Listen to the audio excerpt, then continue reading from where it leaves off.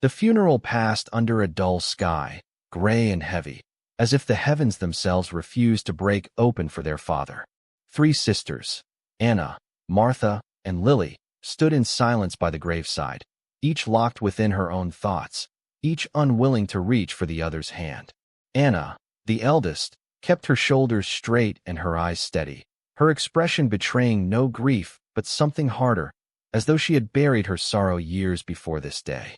Martha stood rigid beside her, a tissue crumpled in her hand, her gaze flitting everywhere but the coffin as though she could not bear to look. Lily, the youngest, lingered just behind them, her head bowed, her presence smaller, as though she wished she could fade into the damp soil beneath her feet. When the priest's words ended and the earth began to fall, none of them shed tears.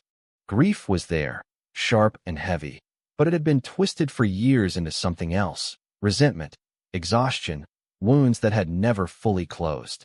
By the time the last shovelful of dirt struck the coffin, the service was over, but the reckoning had only begun. The house awaited them, perched at the edge of town like a weary sentinel. It was the house of their childhood, and from a distance it seemed almost unchanged, though time had etched deep lines into its face. The roof sagged, the shutters leaned crooked, and ivy crept upward like fingers determined to choke the brick. Memories clung to the house as stubbornly as the ivy. They had once carved their names into the wood of the porch, raced up and down the staircase, hidden under the dining table when storms rattled the windows. Yet returning now, after the funeral, felt nothing like coming home.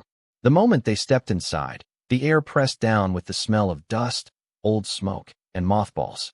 Curtains hung heavy, filtering in weak light.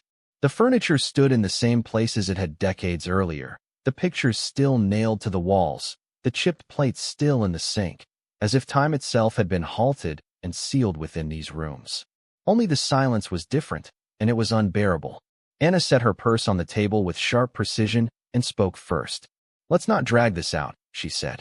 "We just need to go through his things, set aside what matters, and be ready for the lawyer." Martha's head snapped toward her. "Of course. Always in a rush. Always practical. You were even like that with him." Anna's jaw tightened. "And you were always dramatic. This isn't about me. It's about making sure we don't drown in dust before we're done." Lily, as always, slipped around the edges of their conflict. She wandered slowly, trailing her fingers along the faded wallpaper, pausing at the old photographs. Her father in younger years with their mother before she left, the three of them as children clinging to his arms in stiffly posed holiday pictures. Each image felt like a fragment of a truth they had lost, or perhaps a lie they had been told. They began their work with an uneasy silence, opening drawers and cabinets, stacking dishes, folding clothes that smelled faintly of cedar and tobacco. They found harmless things: school drawings, broken toys, postcards from forgotten trips, and heavier things too.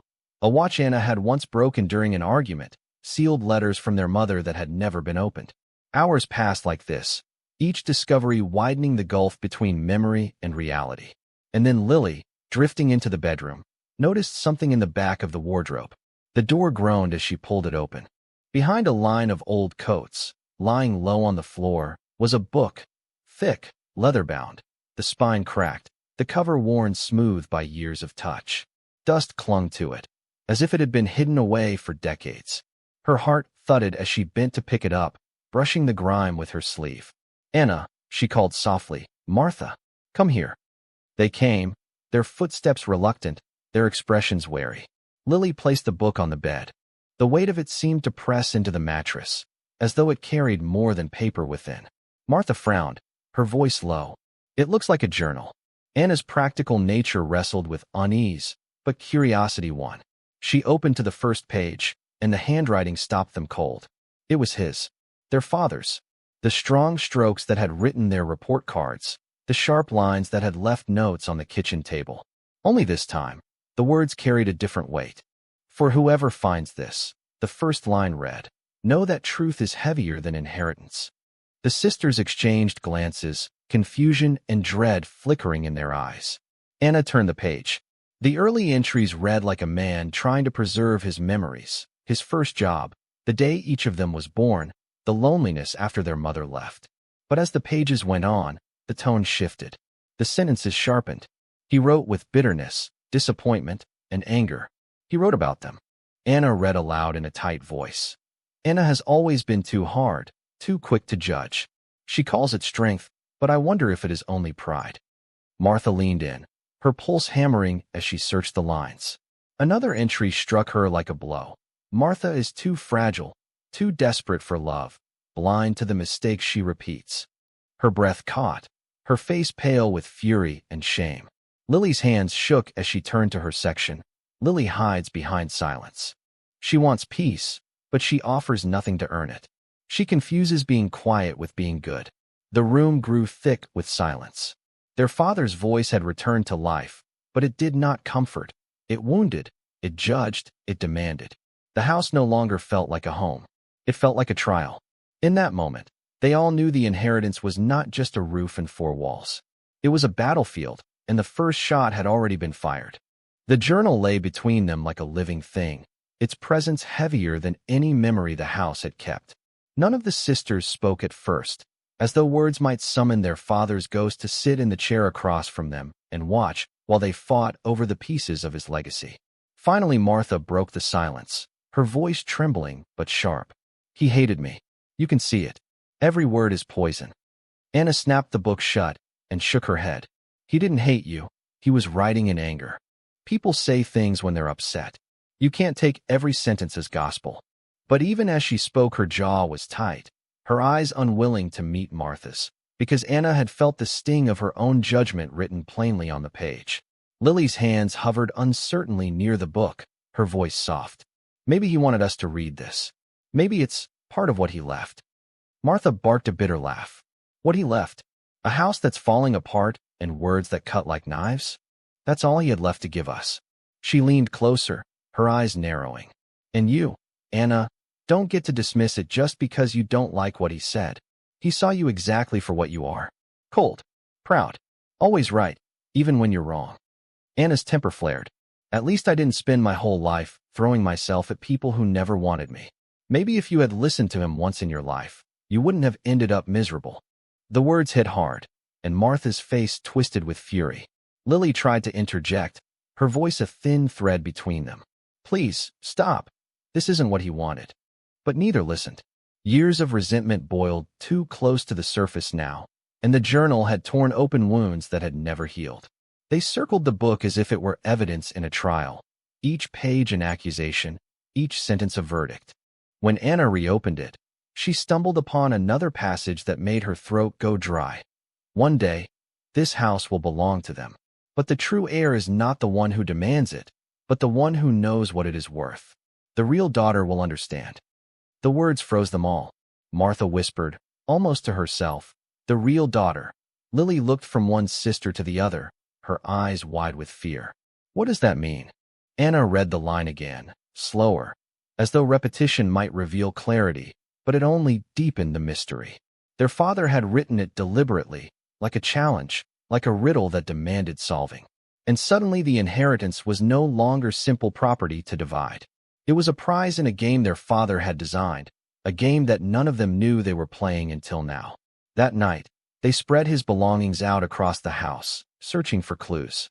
The journal became their guide, and every drawer, every shelf, every box of letters was turned over in pursuit of meaning.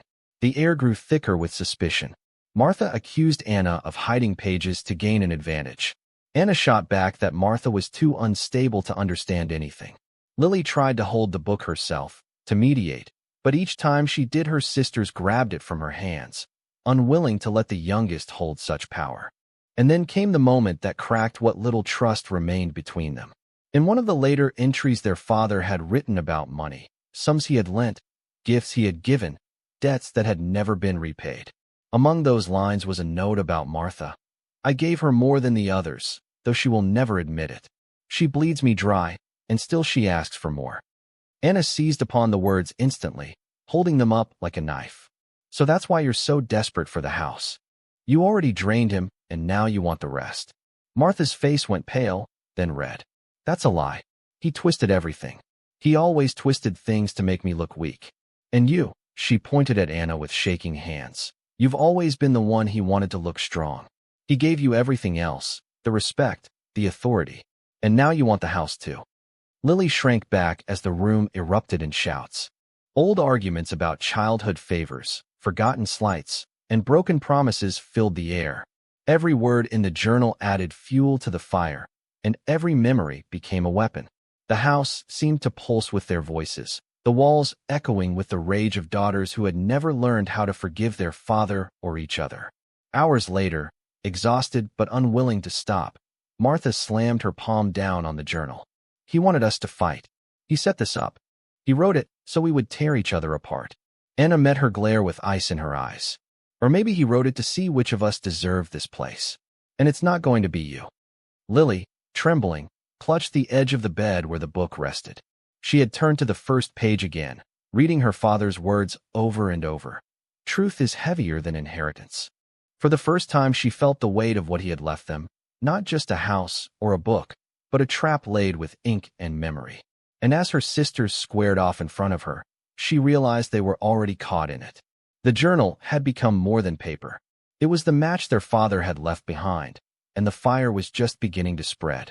The next morning the house was quiet, though not with peace, but with the heavy silence of a battlefield after the smoke clears.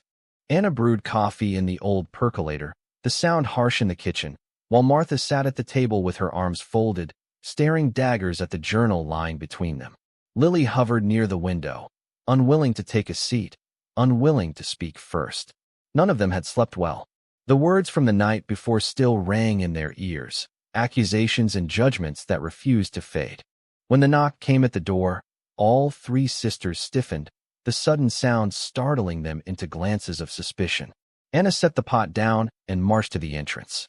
On the porch stood an old man with a cane, his back bent, but his eyes sharp. "Morning," he said, voice gravelly but firm. "Name's Walter. I lived next door to your father for 50 years. Thought I should pay my respects." Anna blinked, then stepped aside reluctantly to let him in. Martha muttered under her breath. Of course, another mourner with stories, but Lily's face softened. She remembered Walter faintly, a figure from childhood summers, always working in his yard or fixing something in his shed. He settled into a chair with a sigh, his cane leaning against the table, and his gaze drifted toward the journal. "So you found it," he said quietly, and the sisters froze. Anna's voice sharpened. "You knew about this?" Walter nodded slowly. "I saw him writing, night after night. Your father couldn't sleep, so he sat by the window with that book on his lap. Sometimes after arguments with you girls, sometimes after phone calls that left him shaking. He poured it all in there." Martha leaned forward, suspicion flickering. "So he told you things he never told us." Walter met her eyes steadily. "He told that book things he never told anyone. Don't mistake it for truth carved in stone. Half of it was his pain talking, the other half his pride. A man alone can make monsters out of his own children if he writes in the dark long enough." His words unsettled them. The journal, which had seemed so absolute, now trembled in their hands as something less reliable, more dangerous. Yet the more Walter spoke, the deeper the mystery grew. He told them their father had been obsessed with leaving behind more than just the house. He had spoken of a test, though never clearly, as though even he didn't want to admit what he was planning. He said, Walter recalled, "They'll have to figure it out themselves. Only then will they know who deserves it." Anna clenched her jaw, unwilling to believe she had been thrust into some puzzle crafted by a dying man. Martha scoffed, bitter. "So he played games with us until the end. Figures." Lily, however, felt something stir in her chest, a mix of fear and curiosity, as though she alone wanted to uncover the hidden layers rather than just win. After Walter left, the sisters returned to the journal, combing through every page for clues. It was Lily who noticed the envelope tucked deep within the binding, its edges yellowed with time. Her breath caught as she pulled it free. On the front was their father's handwriting again, to be opened only when all three of you are together. They hesitated, but Anna tore it open before either sister could object. Inside was another letter, folded neatly, and beneath it a legal document. A second will, written years after the one the lawyer had shown them. The words cut across the air like a blade. In this version, the house was not divided equally, nor sold to split the profits. Instead, it was to go to one daughter only, the one who, in his words, proved herself capable of honoring what it truly meant. Martha's face went white. He wanted one of us to have it. Just one. Anna read the rest aloud, her voice steady but hard. The journal holds the key. My daughters will know when they are ready. The house is not a prize. It is a burden, and only the one who understands this will carry it. Silence roared in the room. Lily's fingers trembled as she reached for the papers. So it wasn't about fairness at all. It was a test. Martha slammed her hand on the table. No, this is manipulation. He wanted us to tear each other apart. He always did. Anna shook her head, though her voice betrayed her unease. Or he wanted to see which of us could rise above it. Their eyes locked over the journal, each sister caught between anger and desperation, the path forward more treacherous than ever. Lily, still holding the envelope, whispered what none of them wanted to admit. We don't even know what honoring it means. The weight of the revelation pressed down on them, heavier than grief, heavier than memory. The inheritance was no longer just property, no longer even a matter of pride. It had become a riddle their father had set in motion long before his death, and solving it would either bind them together or destroy them completely. The air inside the house grew thicker with every passing hour, as though the walls themselves were closing in on the three sisters, pressing them toward a breaking point none of them wanted to face, but none of them could avoid. The journal, the second will, the letter, all of it had become too large for the fragile container of their grief. They could not eat, could not rest, could not speak without the conversation sliding back into the same poison that had begun to seep through every corner of the house. Anna insisted on keeping the documents in her room at night, locking the door behind her, but that only deepened Martha's suspicion and Lily's quiet dread.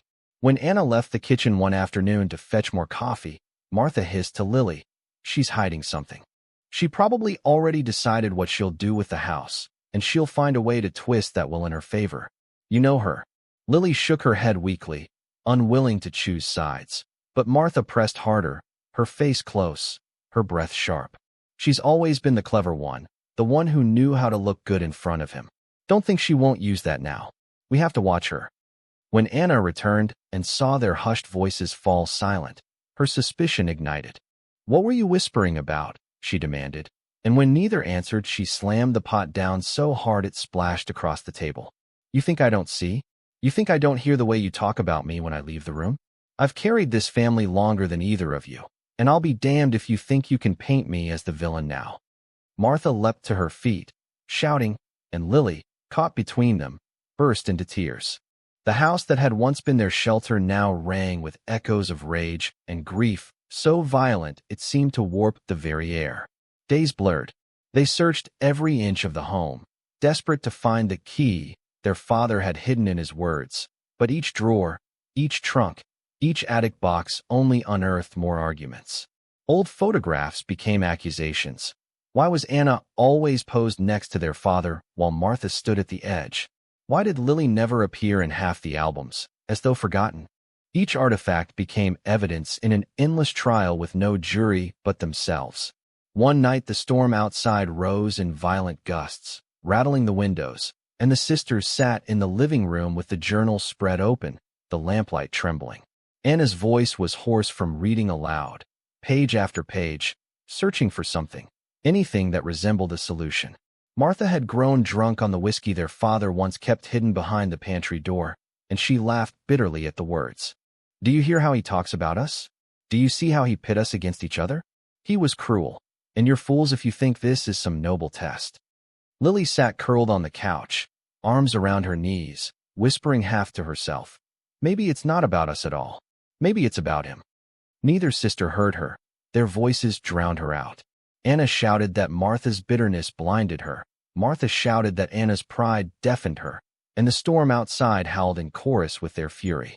The night ended with Martha throwing the whiskey bottle against the wall, glass exploding across the floor, Lily screaming, and Anna clutching the journal to her chest like a shield. By morning, the house looked like a battlefield, and the sisters barely looked at each other as they passed in the hall. The collapse was not sudden. It was slow, steady, inevitable, like watching the beams of a roof rot until the whole thing sagged under its own weight. But then came the discovery that cracked what little remained of their fragile truce. Lily, wandering through the basement with a flashlight, stumbled upon a locked chest tucked behind crates of old tools. The lock was rusted, but she pried it open with shaking hands, and inside she found letters, dozens of them, addressed to their father from a woman none of them recognized. She carried them upstairs, her voice trembling as she called her sisters. When Anna and Martha read the first one, their faces drained of color. The letters spoke of love, of regret, of a child that had been given away long ago. Each line was more shocking than the last until the truth unfolded in brutal simplicity. Their father had another daughter. A daughter he had never told them about. A daughter who might still be alive. The room spun with the revelation. Martha was the first to speak, her voice low and venomous. So that's it. That's what he meant. The real daughter isn't one of us at all. We've been tearing each other apart for nothing. Anna snatched the letters from her hands, shaking her head. No, we don't know that. These could be lies. They could be nothing. He chose us. He raised us. We're his daughters. But her voice cracked on the last word, betraying the doubts seeping in. Lily's eyes filled with tears as she whispered, maybe that's why he made this so impossible. Maybe he hated himself for keeping this secret. Maybe this house isn't even meant for us. The silence that followed was unbearable. The weight of the discovery pressed down on each of them differently. Martha with rage, Anna with denial, Lily with despair. For the first time, none of them knew where they stood. The journal, the will, the house, all of it seemed to collapse under the shadow of another name, another bloodline they had never known existed. That night Martha disappeared into town, drunk and furious, leaving Anna and Lily alone in the house. The emptiness was suffocating, the walls seeming to whisper with their father's voice, his handwriting, his secrets. Anna clutched the journal and muttered to herself that none of it mattered, that she wouldn't let some phantom sister steal everything. Lily, trembling, asked her what she meant, but Anna only stared out the window into the storm-dark night. When Martha returned hours later, she was not alone. She carried with her a crumpled scrap of paper she had found at the town records office, proof of an adoption file sealed decades earlier. She flung it onto the table and screamed, "It's true. She exists. And if she ever comes forward, she has more claim to this house than any of us." The words detonated like a bomb in the center of their fragile bond. Anna lunged for the papers. Martha shoved her back. Lily tried to intervene, and in the chaos the journal fell to the floor, pages bending, the cover tearing. The sight of it broken at their feet stunned them into silence. For a long moment, none of them moved. The storm raged outside. The house groaned under the wind, and inside 3 daughters stood on the edge of ruin, their father's legacy unraveling faster than they could hold it together. And as Martha whispered through clenched teeth, "Maybe she's the one he wanted all along," Anna's hand curled into a fist, and Lily felt for the first time that blood might be spilled before this ended. The house had become a cage, and the sisters were its restless animals pacing in circles, gnawing at the bars of memory and suspicion until only rage remained. Days had stretched into nights, and the storm outside seemed never to end, as though the world itself refused to let them leave until the trial their father had set in motion was finished. The journal lay on the dining table, patched with tape after its cover had torn, pages smeared with fingerprints and stains from coffee, wine, and tears. Around it the 3 daughters circled like predators, unwilling to strike, but unable to retreat. Martha's discovery about the adoption had split their fragile truce beyond repair. Each sister now carried her own truth like a weapon. Martha insisted that the real daughter, mentioned in the journal, referred to the secret child their father had abandoned. Anna denied it with a desperation that revealed her fear more than her certainty, and Lily, caught between them, whispered that maybe the inheritance was never about ownership at all, but about understanding the man who had left them this riddle. Yet no one listened. Every word turned into another spark, and the fire consumed them. On the 3rd night after the discovery, the tension finally tore apart. Martha had been drinking again, her eyes bloodshot, her voice slurred with venom. "You don't get it, Anna. You never did. You think he loved you because you acted like him, cold, proud, always in control. But he hated you just as much as he hated me. You were his mirror, and he couldn't stand the sight." Anna slammed her fist on the table, making the lamp flicker. "At least I didn't waste my life begging for scraps of affection he was never going to give." You made yourself pathetic, Martha, and you want to drag us down into your bitterness. Lily tried to stop them, but Martha lunged across the table, grabbing at Anna's arm, knocking the journal to the floor again. They wrestled, years of resentment boiling into something physical, raw, animalistic. Anna shoved her back. Martha stumbled, and in her drunken rage she snatched up a shard of glass from the broken whiskey bottle still scattered near the wall. Lily screamed as Martha held it up, her hand trembling, her voice a guttural growl. If I can't have this house, if none of us can, then maybe none of us should live to fight over it. For a moment the air froze. Anna's face went pale but hard, her eyes locked on the sharp edge, her fists clenched at her sides. Lily sobbed, begging her sisters to stop, her voice high and broken, but neither seemed to hear. Martha's hand shook, the glass catching the light, and then she dropped it suddenly, the shard clattering against the floor. She collapsed into the chair, sobbing, her anger spilling into exhaustion. Anna stood rigid, trembling with a fury that had nowhere left to go, her breath harsh in the silence. Lily, still crying, sank to the ground, clutching the journal to her chest as though it might shield her from them both. The collapse into silence did not last long. Anna's eyes burned as she stared at Martha. You're weak. You always have been. That's why he didn't choose you. That's why he left this test. He knew you'd fail. Martha lifted her head slowly, her face streaked with tears, and whispered, And what about you, Anna? You think you've won? You've failed too. You've become exactly like him. Cold, cruel, alone. He died in this house with nothing but his pen for company, and that's going to be you one day. The words struck harder than any weapon. For the first time, Anna flinched. She saw herself reflected not in her father's pride, but in his loneliness, in the silence of a house filled with ghosts. She turned away, her voice low. Maybe that's the burden. Maybe that's what he meant. But Martha's bitter laugh cut through the air. No, the burden is us.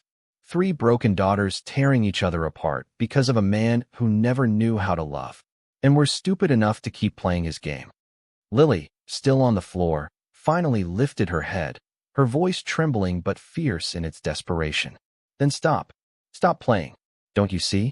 He wanted us to suffer. He wanted us to fight until we hated each other so much we couldn't remember why we were sisters. We don't have to do this.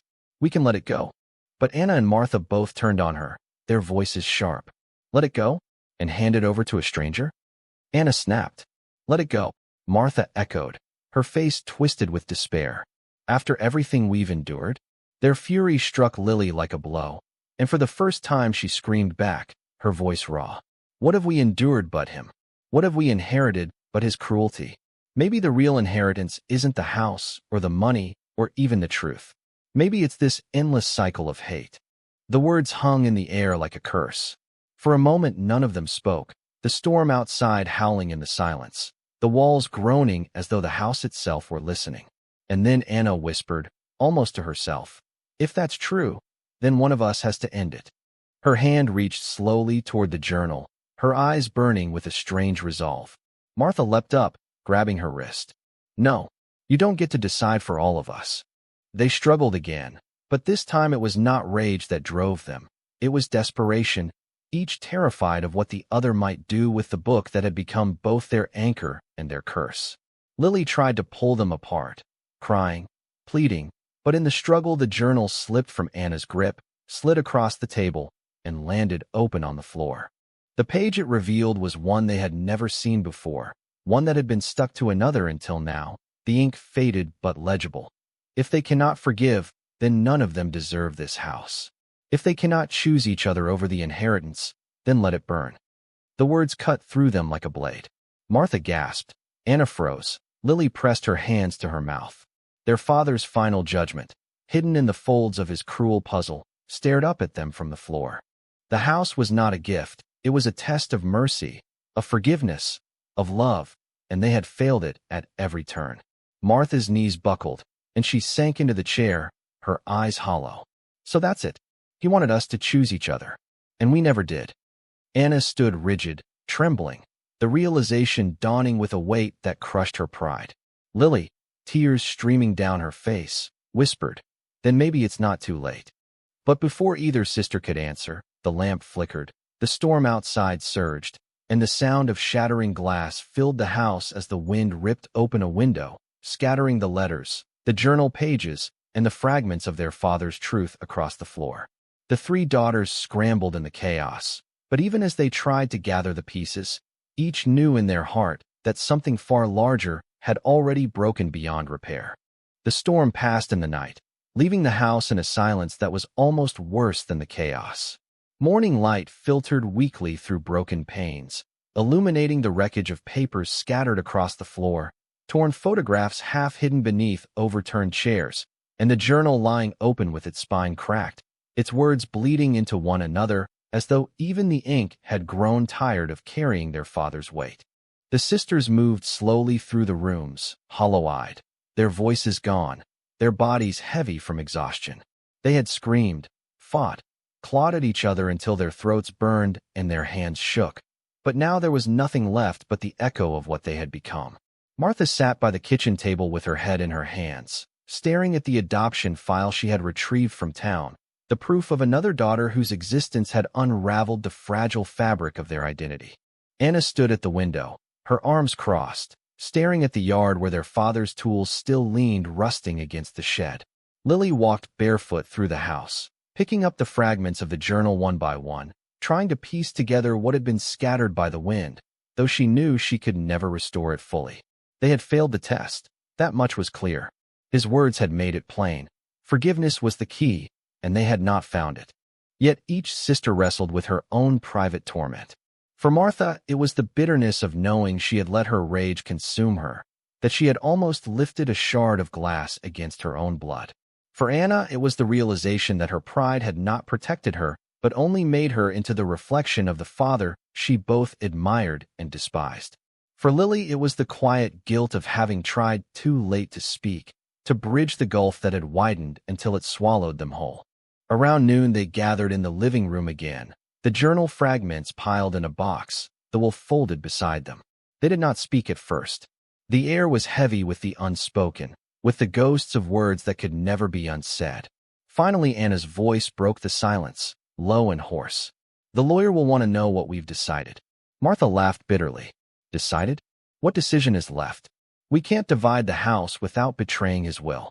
We can't claim it together without betraying his last words. And we can't give it to anyone else without betraying ourselves." Her eyes glistened, but no tears fell. Lily whispered, "Then maybe we leave it. Walk away." Both sisters turned to her, disbelief etched in their faces. Anna shook her head slowly. "Walk away from our home? From everything we fought for?" Lily's voice trembled, but she did not falter. "It was never our home. It was his prison, and he passed the bars down to us. If we stay, we carry his chains. If we leave, maybe we break them." Silence followed. The weight of her words pressed against them, but neither Anna nor Martha could find the strength to argue. In the afternoon they walked the rooms one last time, each in their own solitude. Martha lingered in their father's study, tracing the dust-covered spines of his books, her fingers trembling as though touching them could rewrite the years. Anna stood in the master bedroom, staring at the indent in the mattress where his body had once lain, the smell of his cologne still faint in the air. Lily wandered the attic, where boxes of forgotten belongings lay stacked, and found a small wooden toy she remembered from childhood, cracked but intact. She held it close, a relic not of inheritance but of innocence, the one thing her father had not managed to twist. As the sun began to set, they met at the front door. None of them carried much. The journal fragments remained on the table, the adoption file beside them, the will folded neatly atop the pile. The house seemed to breathe around them, its old boards groaning as if reluctant to let them go, or perhaps eager to be rid of them at last. Martha looked back once, her jaw tight. "Let it rot," she said, her voice low. "Let it bury his secrets with itself." Anna nodded, though her eyes lingered longer, as though some part of her still wished to solve the riddle, to win the game, to prove herself the worthy daughter. But she turned away at last, and the three sisters stepped into the cool evening air. The key remained on the table, untouched. They walked down the road together in silence, their shadows long in the fading light. They did not hold hands, did not speak, did not look at one another. Whatever bond remained was fragile, a thread stretched thin by grief and betrayal. Perhaps one day it might be mended, Perhaps not. Behind them the house loomed against the twilight, its windows dark, its secrets sealed. The wind rattled the shutters, carrying with it the faintest echo of a man's voice scrawled in ink, demanding truth, demanding forgiveness. But there was no one left to hear.